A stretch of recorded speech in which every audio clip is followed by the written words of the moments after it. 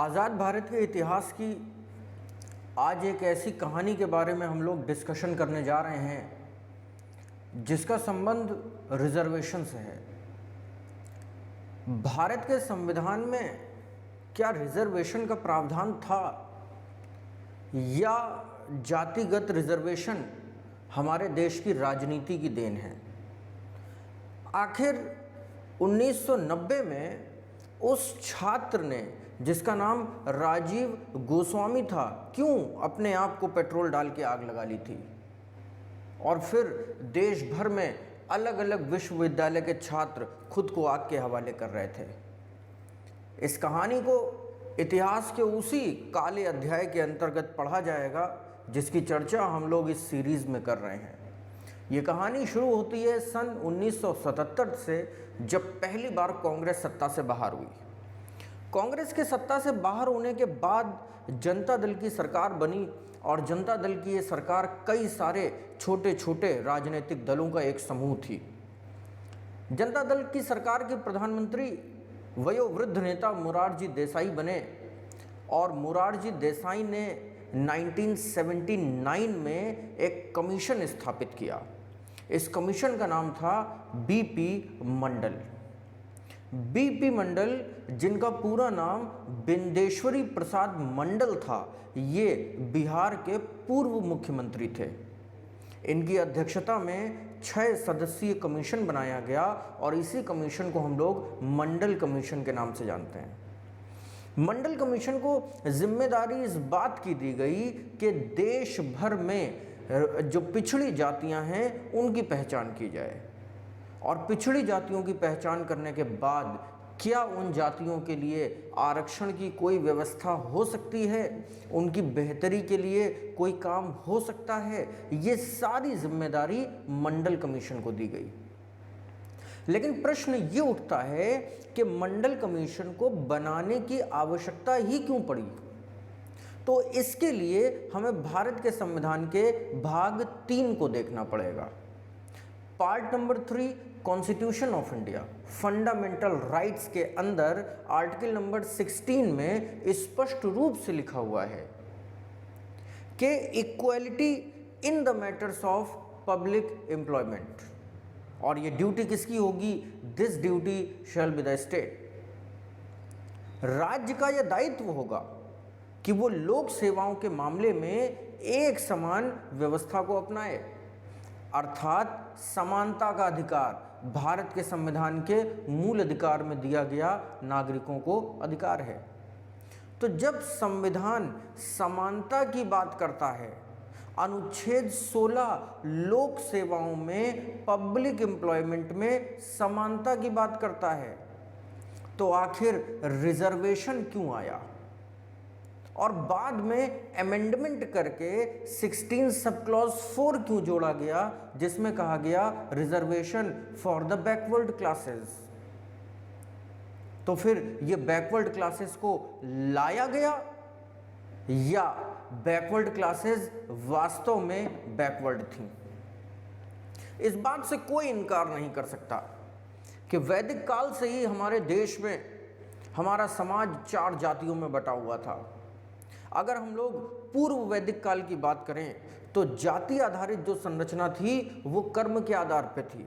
यदि कोई व्यक्ति शिक्षक है तो निश्चित तौर पे वो ब्राह्मण ही होगा, यदि कोई व्यक्ति प्रशासक है तो निश्चित तौर पे वो क्षत्रिय ही होगा, और इसी तरीके से यदि कोई व्यक्ति पिछड़े काम करता है, चमड़े के काम करता है, मल उठाता है, पशुओं की चर्बी निकालता है, खाल निकालता है, तो ऐसे व्यक्ति को शूद्र ही कहा जाएगा। लेकिन ये व्यवस्था जन्म पर आधारित नहीं थी। जो जैसा काम करेगा उसकी वैसी जाति बन जाएगी, ये महान व्यवस्था वैदिक काल की व्यवस्था थी। लेकिन उत्तर वैदिक काल आते आते ये व्यवस्था जन्म पर आधारित हो गई और यही भारत के समाज में सबसे बड़ा दोष आया। उत्तर वैदिक काल तक आते आते लोग जन्म से ही ब्राह्मण होने लगे, जन्म से ही क्षत्रिय होने लगे, जन्म से ही वैश्य और जन्म से ही शूद्र होने लगे। शायद यही कारण था कि धार्मिक आंदोलन शुरू हुए और बुद्ध जैसे लोगों को संदेश देने पड़े। अगर हम प्राचीन समाज को देखें तो स्पष्ट रूप से हमें जाति विभाजन मिलता है और 4 बड़ी जातियां हमारे समाज में पाई जाती थीं और इनमें जो पिछड़ी जातियां थीं, जो शूद्र थे, उनका शोषण भी हुआ और शोषण के ही चलते ये सामाजिक और शैक्षिक रूप से पिछड़ते चले गए। हालांकि अनेक रिफॉर्म्स हुए, ब्रिटिश गवर्नमेंट में भी रिफॉर्म्स हुए, आज़ाद भारत में भी रिफॉर्म्स हुए और भारत के संविधान ने प्रत्येक नागरिक को बराबरी का अधिकार दिया। और आज इस लोकतांत्रिक देश में आप किसी भी जाति, वंश, लिंग, संप्रदाय, धर्म के क्यों ना हो, आपके लिए संविधान एक जैसा ही काम करता है। तो फिर क्यों मंडल कमीशन को लाया गया? इसकी जड़ में शायद वो विचारधारा छुपी हुई थी जो ये समझ चुकी थी कि अगर कांग्रेस सत्ता से बाहर गई तो अकेले दम पे सरकार नहीं चलाई जा सकती। जनता दल 2 दर्जन से ज्यादा राजनीतिक दलों का गठबंधन था और यदि 2 दर्जन से ज्यादा राजनीतिक दल मिलकर सरकार चला रहे हों तो निश्चित तौर पे उसमें अनेक जातियां भी होंगी और यदि उन अनेक जातियों को एक मंच पर ले आया जाए और चाहे भले ही वो एक राजनीतिक प्रयास के चलते क्यों न लाया जाए, शायद ये जातियां हमेशा हमेशा के लिए आपके साथ हो जाएंगी। जड़ में, मंशा में कहीं ना कहीं जाति आधारित राजनीति ही छुपी हुई थी, लेकिन दूसरी तरफ कुछ अच्छे और ईमानदार नेता भी थे जो अब भी इस बात की उम्मीद कर रहे थे कि समाज में पिछड़े वर्गों का उद्धार होना चाहिए, क्योंकि भारत के संविधान ने अनुसूचित जाति और जनजाति की पहचान तो की थी, जिसे हम लोग SC और ST के नाम से जानते हैं। उनके लिए लोकसभा, राज्यसभा और यहाँ तक कि लोकल गवर्नेंस में सीटें भी रिजर्व हैं। संविधान में उन्हें आरक्षण भी है, लेकिन SC ST के अलावा दूसरी जाति केवल जनरल थी और इन 2 जातियों के अलावा तीसरी कोई जाति इस देश में नहीं थी। तो मंडल कमीशन को कहीं ना कहीं इस बात की जिम्मेदारी दी गई कि SC ST कैटेगरी के अंदर जो लोग अगड़े हैं, जिन लोगों का उद्धार हो गया है, उनकी पहचान कीजिए। जनरल कैटेगरी के अंदर या अनरिजर्व कैटेगरी के अंदर जो लोग पिछड़े हैं, उनकी पहचान कीजिए और इन अगड़े और पिछड़ों को मिला करके एक नई जाति बनाइए जिसे कहा जाएगा OBC, अदर बैकवर्ड क्लास, अन्य पिछड़ा वर्ग। ये अन्य पिछड़ा वर्ग का जो उत्थान होता है ये मंडल कमीशन के द्वारा होता है। लगभग 1 साल तक कमीशन सर्वे करता है। इसके 6 सदस्य पूरे देश में भ्रमण करते हैं, अलग अलग स्थानों पर, गांव में, नगरों में जाते हैं, डेटा कलेक्ट करते हैं, उनको एनालाइज किया जाता है और फाइनली 3743 जातियों की पहचान की जाती है। 3743 बहुत बड़ा नंबर है ये। और उन 3743 जातियों का एक क्लब बनाया जाता है जिसे कहा जाएगा OBC, अदर बैकवर्ड क्लास। 3743 जातियों का मतलब है कि देश की एक बहुत बड़ी आबादी इस कैटेगरी में आ जाएगी। कितनी आबादी? 54% आबादी। आधे से ज़्यादा आबादी अगर OBC कैटेगरी में आ जाएगी और SC ST को पहले से ही 22.5% का रिजर्वेशन है, तो बाकी बचे हुए जो लोग हैं उनका क्या होगा? बाकी बचे हुए लोगों को बुरा लगेगा। लेकिन इन सब बातों पे बिना विचार किए हुए मंडल कमीशन ने अपनी प्यूरिफाइड और रॉ रिपोर्ट जनता दल की सरकार को सौंप दी, मोरारजी देसाई को सौंप दी। और ये घटना है वर्ष 1980 की। इससे पहले कि मंडल कमीशन की रिपोर्ट्स पे सरकार कोई एक्शन लेती, उसको ड्राफ्टिंग करा के कैबिनेट के पास भेजती, सरकार गिर गई क्योंकि अल्पमत में थी। जनता दल की ये सरकार अपना कार्यकाल भी पूरा नहीं कर पाई, केवल 3 साल में 2 प्रधानमंत्री बदले और सरकार गिर गई। 80 में इंदिरा गांधी की आंधी आई और प्रचंड बहुमत से इंदिरा गांधी सत्ता में वापस आई और कांग्रेस की सरकार ने मंडल कमीशन की इस रिपोर्ट को ठंडे बस्ते में डाल दिया, कोई विचार नहीं किया। इसके बाद देश में अस्थिरता का दौर पैदा हुआ, जिसमें आप लोग पंजाब समस्या के बारे में पढ़ चुके हैं। इस रिपोर्ट पे कोई गौर नहीं किया और जनता दल के जो छोटे छोटे नेता थे, जो कभी इसकी मांग करते भी थे कि मंडल कमीशन की रिपोर्ट का क्या हुआ, उनको सुना नहीं जाता था। और फिर इंदिरा गांधी की 84 में हत्या हो गई, तो ये देश अनस्टेबिलिटी के दौर में चला गया और मंडल कमीशन की रिपोर्ट ठंडे बस्ते में चली गई। 85 में राजीव गांधी प्रधानमंत्री बने। राजीव गांधी भी ओबीसी जाति के पक्ष में नहीं थे, और अगर पक्ष में थे भी तो उसमें बहुत सारी समस्याएं थीं जिनका निराकरण किया जाना था, क्योंकि एक डेमोक्रेटिक स्ट्रक्चर में, पार्लियामेंट्री स्ट्रक्चर में जब भी कानून बनेगा तो वो ऐसा कानून बनेगा जो पूरे देश के ऊपर एक समान रूप से लागू हो। और खास तौर पे आरक्षण जैसा कानून तो बहुत विवादास्पद कानून था। सुनवाई हुई नहीं और 89 में राजीव गांधी की सरकार गिर गई। राजीव गांधी की सरकार गिरने के पीछे जो कारण थे, अगर उन कारणों की हम लोग तलाश करेंगे तो विषय से भटक जाएंगे, लेकिन संक्षेप में बस इतना समझिए कि राजीव गांधी सरकार गिरने के पीछे तीन बड़े और प्रमुख कारण थे। उनमें पहला कारण था बोफोर्स घोटाला, दूसरा कारण था उनके अपने वरिष्ठ नेता, उनके अपने विदेश मंत्री वीपी सिंह का बागी हो जाना, और तीसरा बड़ा कारण था सिंपैथी वोट्स का ना मिलना, क्योंकि इंदिरा गांधी की हत्या के बाद जो सिंपैथी वोट्स राजीव गांधी को मिले थे वो अगली बार नहीं मिले। और 89 में कांग्रेस एक बार फिर से सत्ता से बाहर हो गई। कांग्रेस सत्ता से बाहर हुई, बीजेपी जैसी पार्टियां उस जमाने में उभर तो रही थीं, लेकिन अभी भी अनटचेबल पॉलिटिक्स का पार्ट थी। इसलिए फिर से एक गठबंधन बनाया गया और इस गठबंधन का नाम रखा गया राष्ट्रीय मोर्चा, नेशनल फ्रंट। और नेशनल फ्रंट की सरकार दिल्ली में बनी। नेशनल फ्रंट के 3 बड़े नेता थे, जिनमें पहले नंबर पर वीपी सिंह थे, जिनके पक्ष में हवा थी देश में और इसी वजह से शायद इन्हें वोट भी मिले थे। दूसरी तरफ बीजेपी के बड़े नेता थे, जिनमें एलके आडवाणी का नाम था,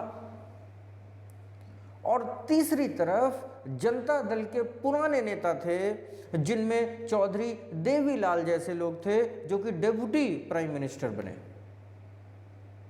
काफी कशमकश हुई, असमंजस की स्थिति हुई। एक बार फिर लोगों को ये लगा कि हमारे देश में एलाइड पॉलिटिक्स का जो इतिहास है वो बहुत अच्छा नहीं रहा है, लेकिन फिर भी अब जो वीपी सिंह थे वो देश के प्रधानमंत्री बन गए। वीपी सिंह का देश का प्रधानमंत्री बनना दिसंबर 2, 1989 को डेमोक्रेसी के लिए अच्छा भी था और बुरा भी। अच्छा इसलिए क्योंकि एक राजा इस देश का प्रधानमंत्री बनना था। वीपी सिंह का पूरा नाम है राजा विश्वनाथ प्रताप सिंह। और बुरा इसलिए क्योंकि वीपी सिंह राजा थे। वीपी सिंह इस बात के लिए कुख्यात थे कि उनसे कोई काम जबरदस्ती नहीं करवाया जा सकता, उनका जो मन करेगा वो वही करेंगे। और वीपी सिंह की ये सरकार धीरे धीरे ही सही लेकिन चलने लगी। चूंकि 3 बड़े नाम प्रधानमंत्री की सूची में शामिल थे और उनमें वीपी सिंह प्रधानमंत्री बने थे, जाहिर है कि बाकी बचे 2 लोग वीपी सिंह के खिलाफ कॉन्स्पिरेसी भी करेंगे।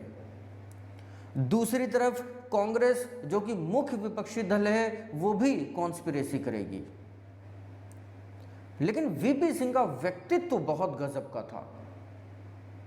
उनकी पर्सनैलिटी बहुत चमत्कारी थी। भारत के इतिहास में शायद एकलौती बार ऐसा हुआ है जब बीजेपी और लेफ्ट ये दोनों पार्टियां वीपी सिंह की सरकार को समर्थन दे रही थीं। तो ये करिश्मा करने वाले शख्स वीपी सिंह ही थे।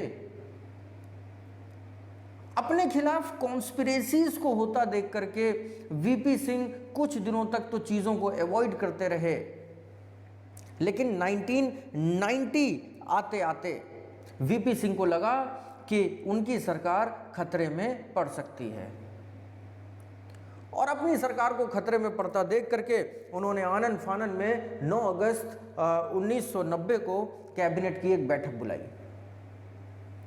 और ठंडे बस्ते में पड़े हुए मंडल कमीशन को बाहर निकाला और अपने मंत्री दल को बताया कि मैं मंडल कमीशन को लागू कराना चाहता हूं। वीपी सिंह ने अचानक से मंडल कमीशन को लागू कराने की बात क्यों कही?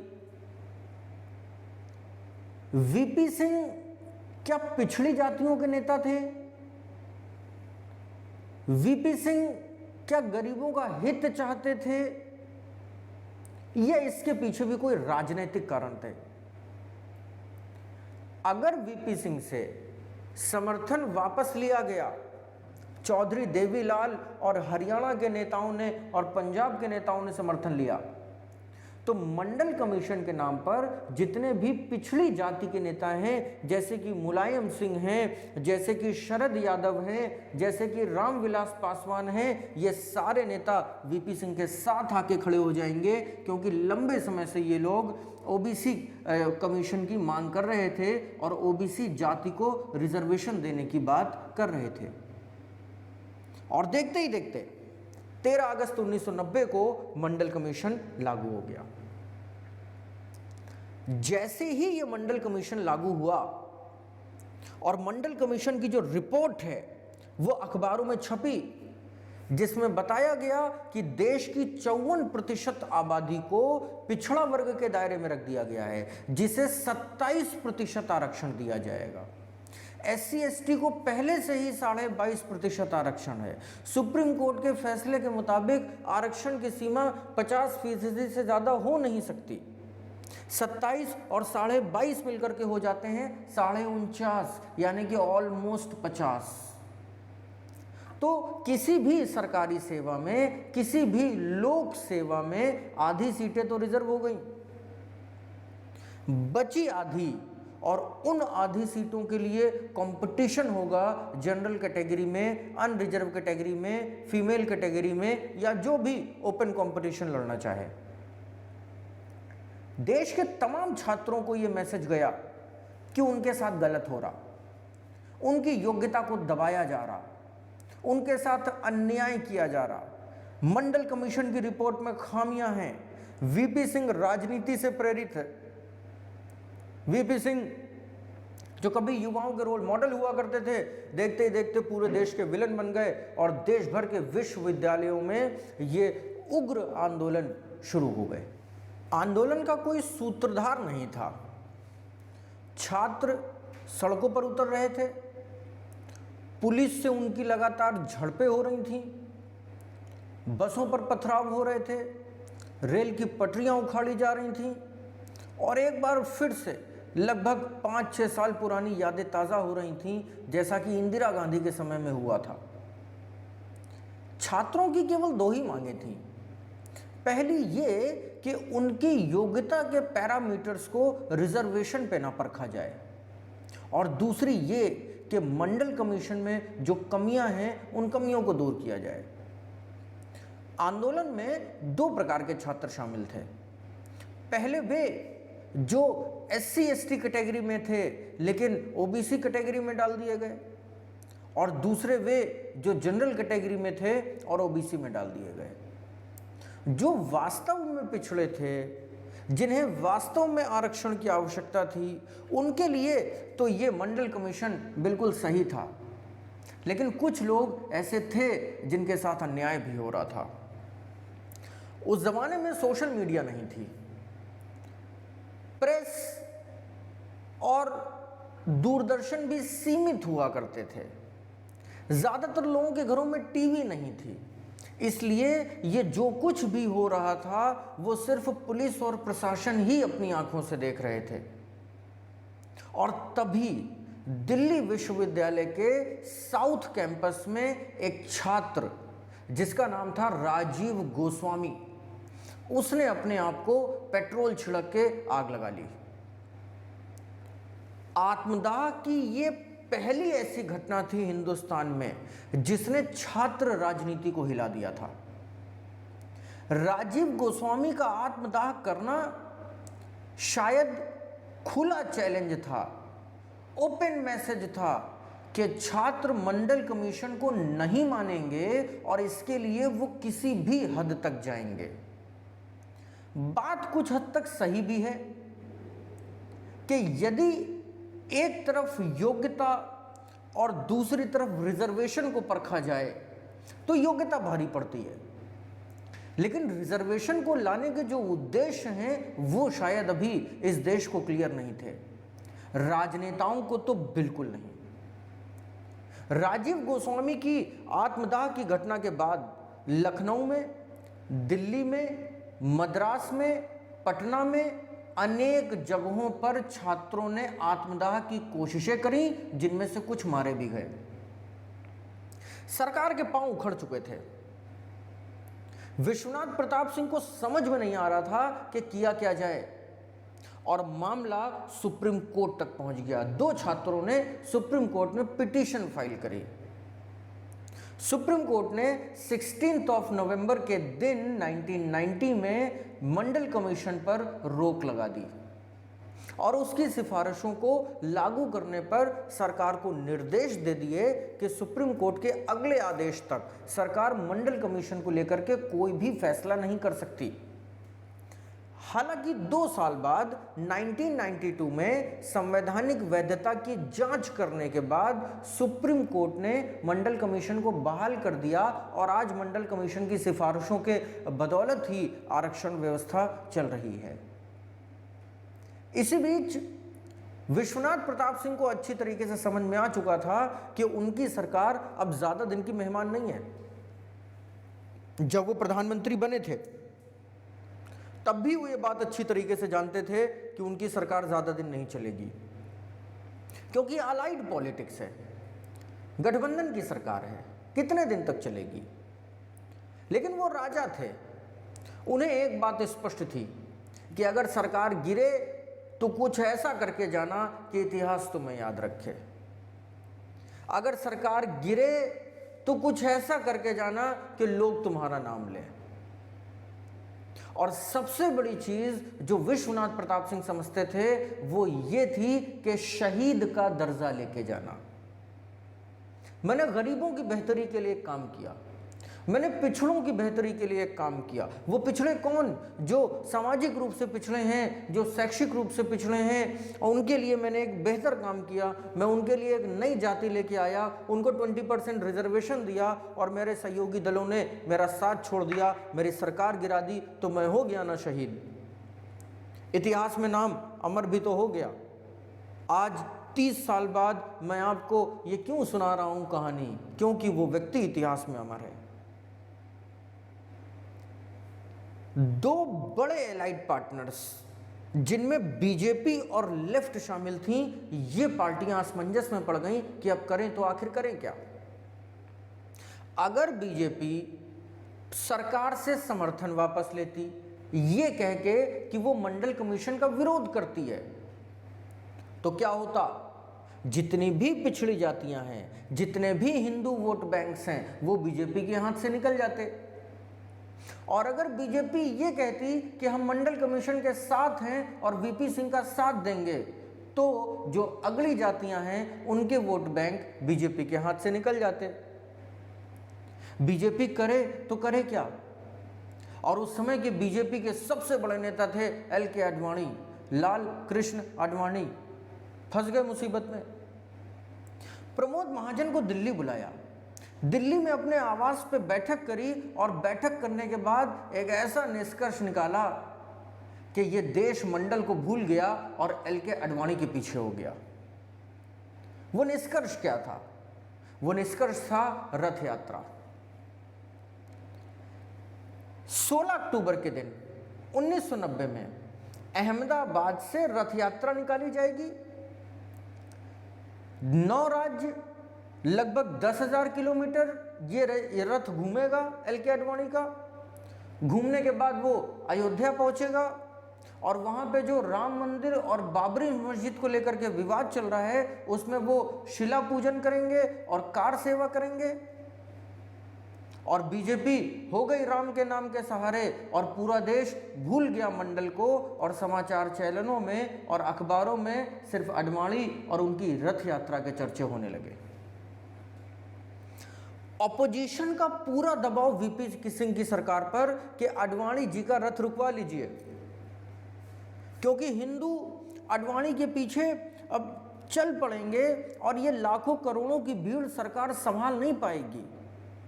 जातियों में क्लैश हो सकते हैं क्योंकि अगली जातियां ओबीसी जाति के विरोध में हैं, तो कहीं ऐसा ना हो देश में दंगे भड़क जाएं। ऐसा कहा जाता है कि वीपी सिंह ने बिहार की सरकार और उत्तर प्रदेश की सरकार, यानी कि बिहार के मुख्यमंत्री लालू प्रसाद यादव और उत्तर प्रदेश के मुख्यमंत्री मुलायम सिंह यादव को निर्देश भी दिया कि आडवाणी जी का रथ घुसना नहीं चाहिए। आडवाणी 16 अक्टूबर के दिन अहमदाबाद से निकले। इन्हें 30 अक्टूबर को कार सेवा करनी थी अयोध्या में, और ये 14 दिन तक इन्हें करीब 10,000 किलोमीटर की यात्रा करनी थी। अपनी इस यात्रा के दौरान ये जहां कहीं से भी गुजरे, लोगों का हुजूम राम के नाम पर इनके साथ हो गया। मंडल कमीशन को शायद लोग भूल भी गए, रिजर्वेशन का मामला कहीं ना कहीं ठंडा पड़ गया। लेकिन जैसे ही ये आडवाणी का रथ बिहार में घुसा, पटना में लालू प्रसाद यादव की सरकार ने इनको गिरफ्तार करवा लिया। आडवाणी का गिरफ्तार होना शायद बीजेपी के लिए संजीवनी साबित हुआ, और जैसे ही आडवाणी गिरफ्तार हुए उन्होंने आरोप सीधा वीपी सिंह की सरकार पर लगाया कि बिना आपके इशारे के मुझे कोई गिरफ्तार नहीं कर सकता, और अगले ही दिन सरकार से समर्थन वापस ले लिया। बीजेपी का राष्ट्रीय मोर्चा की सरकार से समर्थन वापस लेना और अगले ही दिन सरकार का गिर जाना, वीपी सिंह का त्यागपत्र दे देना, ये घटनाएं 3 दिन के अंदर घट गईं। वीपी सिंह अब प्रधानमंत्री नहीं रहे। उनके धुर विरोधी ट्रायंगुलर पॉलिटिक्स का हिस्सा चंद्रशेखर, जिनके ना चाहते हुए भी वीपी सिंह प्रधानमंत्री बने थे, वो कांग्रेस के सहयोग से अगले प्रधानमंत्री बन गए, और इस तरीके से वीपी सिंह समेत बीजेपी एक बार फिर से विपक्ष में आकर के बैठ गई। मंडल कमीशन का मामला कोर्ट में चला जा चुका था। देश भर के छात्रों को कहीं ना कहीं ये सुकून मिल चुका था कि सुप्रीम कोर्ट मामला चला गया है तो कोर्ट कुछ ना कुछ अच्छा ही करेगा, इसलिए जो आंदोलन पूरे देश में चल रहे थे वो भी ठंडे पड़ गए। इसके बाद सन 91 में राजीव गांधी की हत्या हो गई। बहुत ही दुर्भाग्यपूर्ण तरीके से एक बम विस्फोट में मारे गए। पूरे देश का ध्यान फिर से कांग्रेस की तरफ चला गया, और 92 के आम चुनावों में कांग्रेस फिर से भारी बहुमत से सत्ता में आ गई।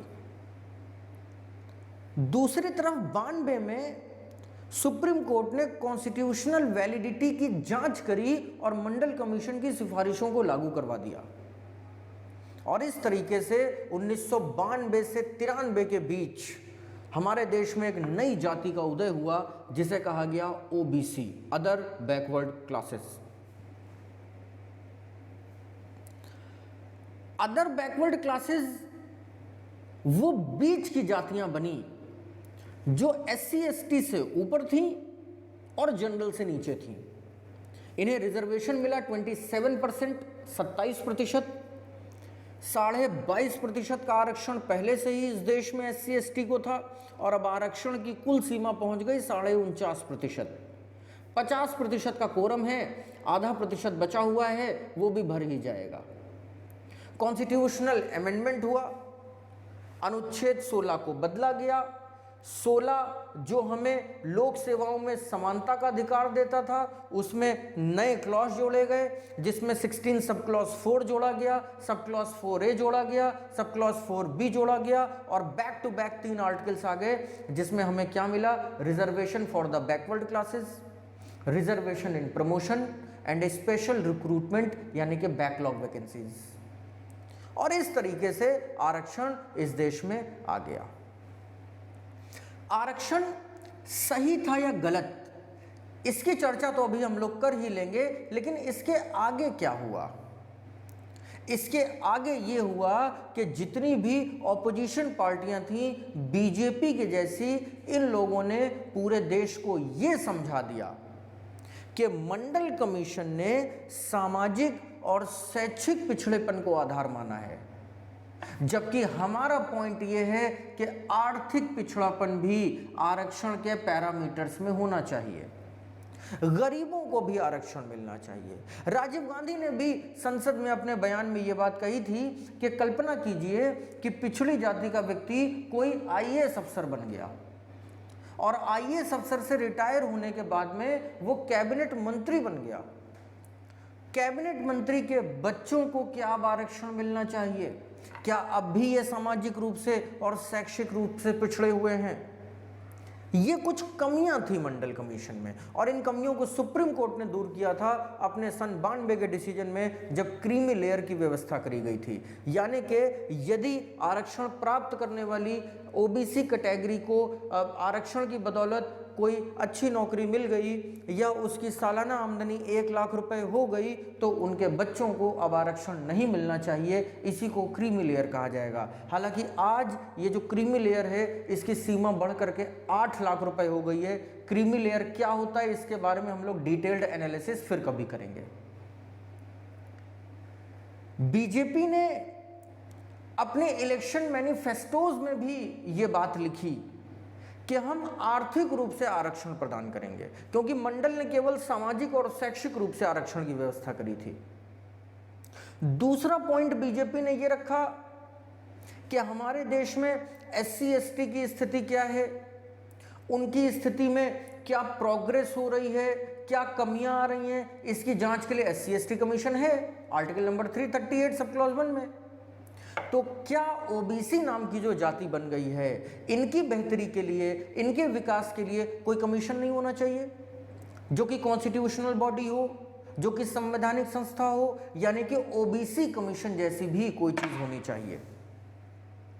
ये दो बातों को लेकर के आगे की चुनावी राजनीति शुरू होती है, और बहुत बड़ी संख्या में ओबीसी जाति जो है वो बीजेपी के पक्ष में आती है, क्योंकि बीजेपी ने ओबीसी कमीशन की बात करी, बीजेपी ने इकोनॉमिक बेस पे आरक्षण की बात करी। खैर, बीजेपी कभी सत्ता में रही नहीं, तो उसके ये वादे ही रहे। लेकिन फिर वर्ष 2014 में एक ऐसा दिन भी आया जब इतिहास में पहली बार भारतीय जनता पार्टी पूर्ण रूप से सत्ता में आई।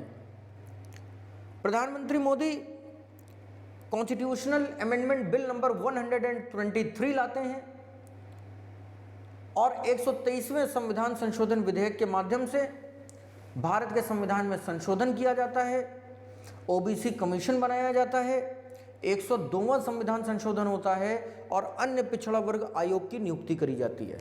ये एक अच्छा कदम था, ये एक सराहनीय कदम था, क्योंकि ओबीसीज के नाम पर राजनीति तो बहुत हुई, लेकिन ओबीसीज को कॉन्स्टिट्यूशनल वैलिडिटी देने का काम अब जाकर के 2018 में हो पाया है। साथ ही साथ आर्टिकल 338 सब क्लॉज बी जोड़ा गया, जो हमको अन्य पिछड़ा वर्ग आयोग के बारे में बताता है, और साथ ही साथ इसकी पहली रिपोर्ट आ भी चुकी है, जिसमें यह बताया गया है कि हमारे देश में ओबीसीज अब बहुत बेहतर स्थिति में है, अच्छी हालत में है। एक वादा तो पूरा हो गया, लेकिन क्या दूसरा वादा पूरा हुआ? तो जी हाँ, दूसरा वादा भी पूरा हुआ। 124th कॉन्स्टिट्यूशनल अमेंडमेंट बिल लाया गया और इसमें सवर्णों को 10% आरक्षण दिया गया। यहाँ पे सवर्ण से तात्पर्य उन लोगों से है जो कि आर्थिक रूप से पिछड़े हुए हैं।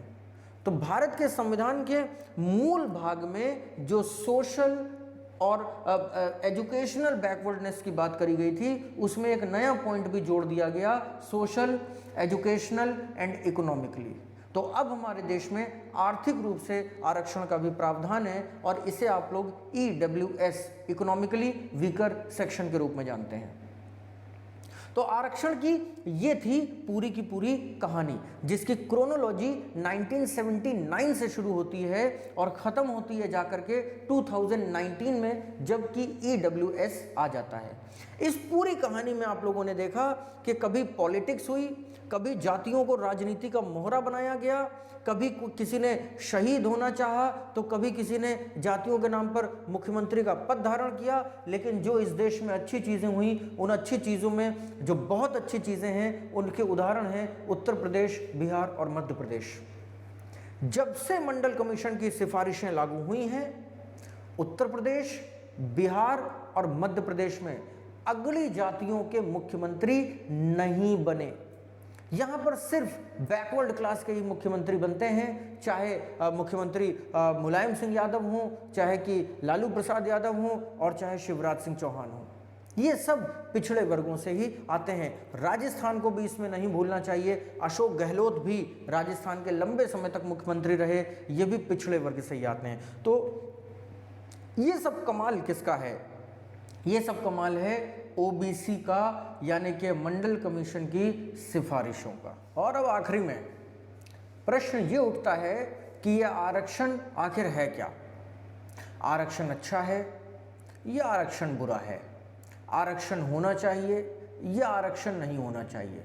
जब आप किसी से आरक्षण के मुद्दे पे बात करेंगे तो हर व्यक्ति की राय अलग अलग होगी, जबकि सच्चाई ये है कि आरक्षण के बारे में कोई जानता ही नहीं है। आरक्षण एक बहुत अच्छी चीज़ है, बहुत महान चीज़ है, अगर इसका दुरुपयोग ना हो तो। जब हमारे देश का संविधान बन रहा था और आरक्षण के ऊपर चर्चा चल रही थी, तो ये बहस बहुत गर्मागर्म थी। संविधान सभा के अंदर सुबह से शाम तक इस बहस का नतीजा ये निकला था कि मारपीट की नौबत आ गई थी। सदस्य एक दूसरे पर खींच रहे थे, चिल्ला रहे थे और अंत में इस हैवी डिस्कशन का जो समाधान है वो निकालने का जिम्मा दिया गया डॉक्टर अंबेडकर को। डॉक्टर अंबेडकर ने रिजर्वेशन को लेकर के जो अपना ऐतिहासिक भाषण कॉन्स्टिट्यूएंट असेंबली के अंदर दिया था, मैं उसके कुछ अंश आपको सुनाना चाहता हूं। उसके कुछ अंश इस प्रकार से हैं कि यदि किसी को लगता है कि योग्यता ही आगे आने का एकमात्र पैमाना है, तो इस दुनिया में सबसे योग्य अंग्रेज हैं। अंग्रेज़ों को वापस बुला लीजिए और हमारे देश पे शासन करने के लिए अंग्रेज़ों से बेहतर कोई हो नहीं सकता। इसलिए नहीं हो सकता क्योंकि दुनिया का बहुत छोटा सा देश है इंग्लैंड, जिसने पूरी दुनिया के ऊपर राज किया। जाहिर होगा कि वो बहुत योग्य होंगे।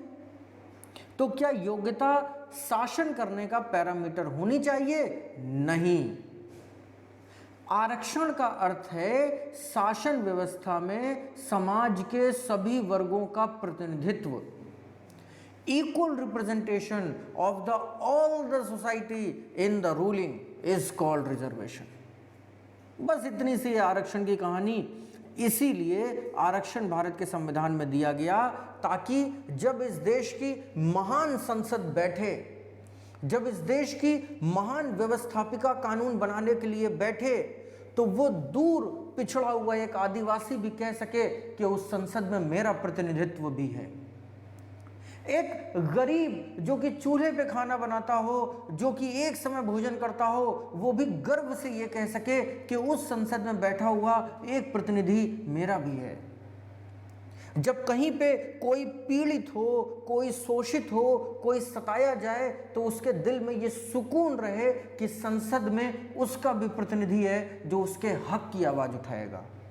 यदि सभी वर्गों का प्रतिनिधित्व, सभी वर्गों का रिप्रेजेंटेशन इस तरीके से शासन व्यवस्था में रहेगा, तो आरक्षण की ये महान व्यवस्था इसी प्रकार से चलती रहेगी।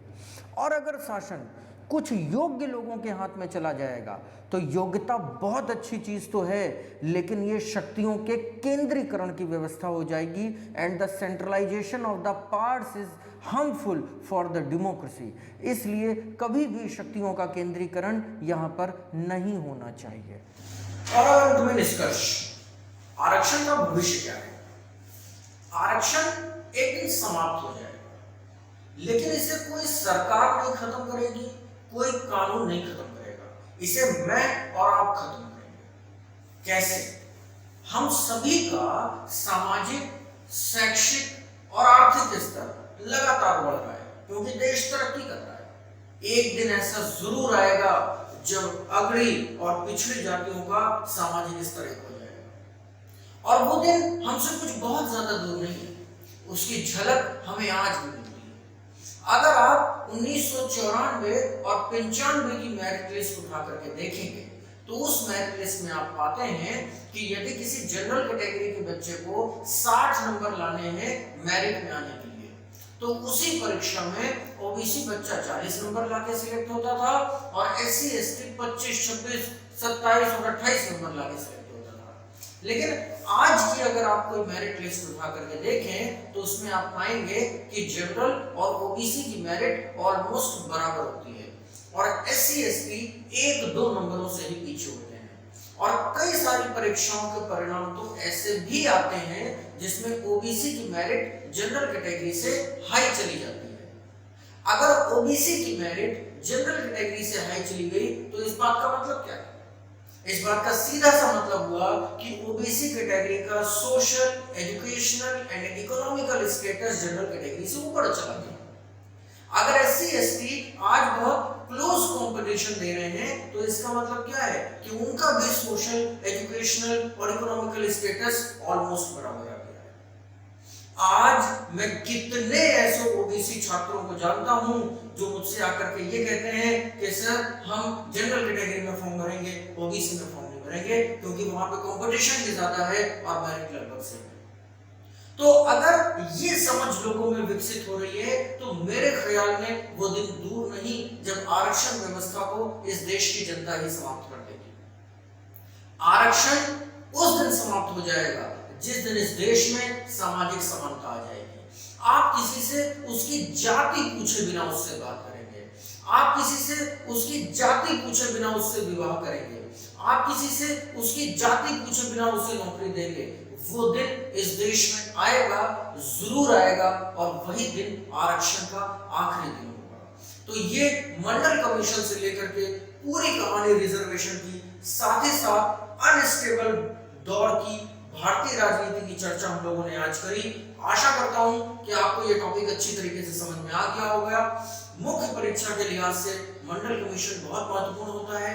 प्री में जो लेटेस्ट अमेंडमेंट है, चाहे 123rd कॉन्स्टिट्यूशनल अमेंडमेंट बिल हो, चाहे 124th कॉन्स्टिट्यूशनल अमेंडमेंट बिल हो, 102, 103 संविधान संशोधन हो, fundamental right 16 sub clause 4, sub clause 4A, sub clause 4B, 338 sub clause 1, 338 sub clause 2, इसको आप अच्छी तरीके से रिवीजन करेंगे for the pre point of view, और मेंस पॉइंट ऑफ व्यू से इसी का implementation, reservation along with the Mandal commission. तो यहां से आज की चर्चा को विराम दूंगा। काले इतिहास की जिस चर्चा को हम लोग आगे बढ़ा रहे हैं, कुछ काले अध्यायों को हम लोग पलट रहे हैं, इसी कड़ी में फिर किसी नए विषय के साथ हम लोग अगली क्लास में मिलेंगे। तब तक के लिए थैंक यू।